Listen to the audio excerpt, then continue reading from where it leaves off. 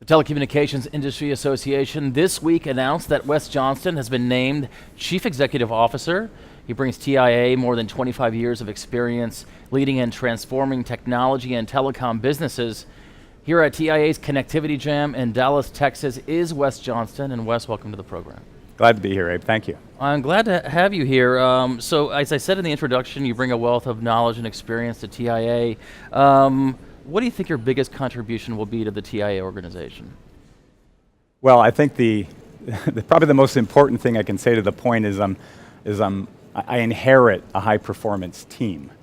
So the question, is a little bit about the impact that I'm going to have. My background is a combination of technology, media, telecom type leadership, systems integration, technology adoption and evolution and implementation. And while I bring those skills and that perspective, I think if there's anything I'm going to draw attention to, it's going to be unlocking what's already here. I think the foundation for success, taking what we're now doing to the next level is already here. So I get the luxury of inheriting a great team with a terrific mandate and a super network of members, but collectively addressing the unique opportunities moving forward. And so unlocking that and capitalizing on it as opportunities both for our members as well as for ourselves is really what I get the luxury of focusing on. Wes, what interests you or really excites you more? Is it the communications technology itself or the application of those technologies?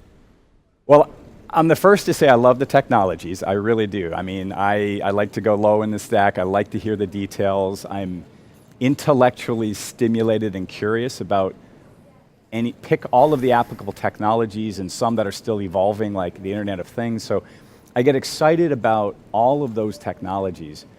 I get more excited about the impact that those technologies and the adoption of them will have on the business models of our members. Let me just give you an example.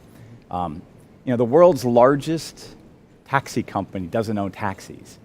The world's largest hotel company doesn't own hotels. If I'd asked you 10 years ago, or if I'd said to you 10 years ago, will a company surface to challenge the business model of Walmart's global supply chain and distribution, you'd have said I'm crazy. But the reality is technology has enabled these things to happen, and you can't always predict them. You largely can't predict them. You have to capitalize on the opportunities when they're in front of us, and we have opportunities to work with our members to do that. So that's what gets me jazzed. So of course, creating member value in a member-driven organization like TIA is really paramount.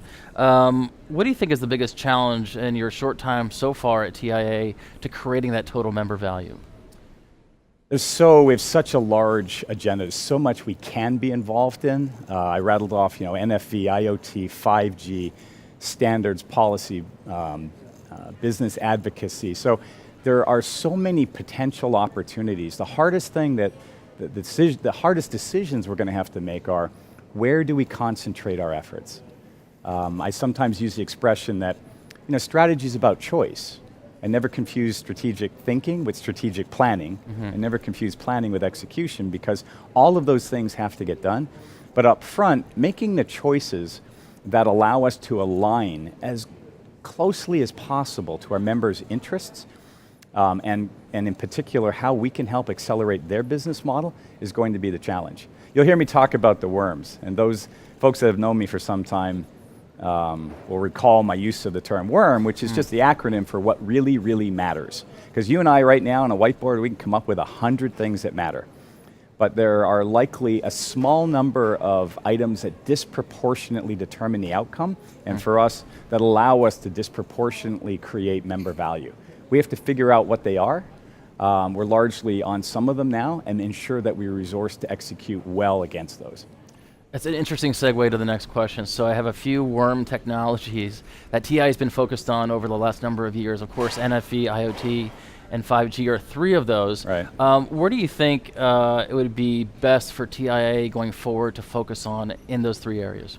So they're all important because they all represent the infrastructure and foundation and the building blocks for technology adoption and for the business models I mentioned earlier. But I think the question is somewhat what type of leadership is required based on where we are in the maturation or adoption of those technologies. So in the case of NFV, for example, I mean, virtualization is here. It represents the scaling of data center infrastructures and compute, and NFV in particular, we have enormous opportunities with the NFV quality assurance and benchmarking study to create real member value right now, and that's why we resource to deliver on that. You know, that's a different kind of leadership than is required either for IoT or 5G, where our role is largely one of thought leadership. So, you know, there are, I think, some 1,700 conferences this year on IoT alone. I used a slide earlier that represented the taxonomy or framework for how to think about IoT. I probably could have found another dozen just like it, all of them highlighting the complexity associated with IoT. So in that case, there's a role for us, a stronger role for us in working with our members to ensure that they have the proper frameworks and thinking about how they can capitalize on it and the role that we can play in helping them there. I think one thing that TI has been focusing on, well, one thing that TI has been focusing on over the last number of months is helping their members accelerate their business. So you coming in now, if you were to collectively get that same question from our membership base about how Wes Johnston's going to help accelerate their businesses, what would be your general answer to that question? Yeah, I think it's going to be, it is to line up behind both their short-term initiatives that allow them to create real value, allow us to create real value today because we're linked in with their business somehow. And then providing the kind of engagement that allows them to understand the opportunities going forward that might be more long-term. Because every business is faced with the same challenges, is where do I make my bets? What kinds of choices do I make? New products do I roll out? New markets do I enter? How much do I invest in R&D versus sales and marketing? These are tough choices that our members are wrestling with.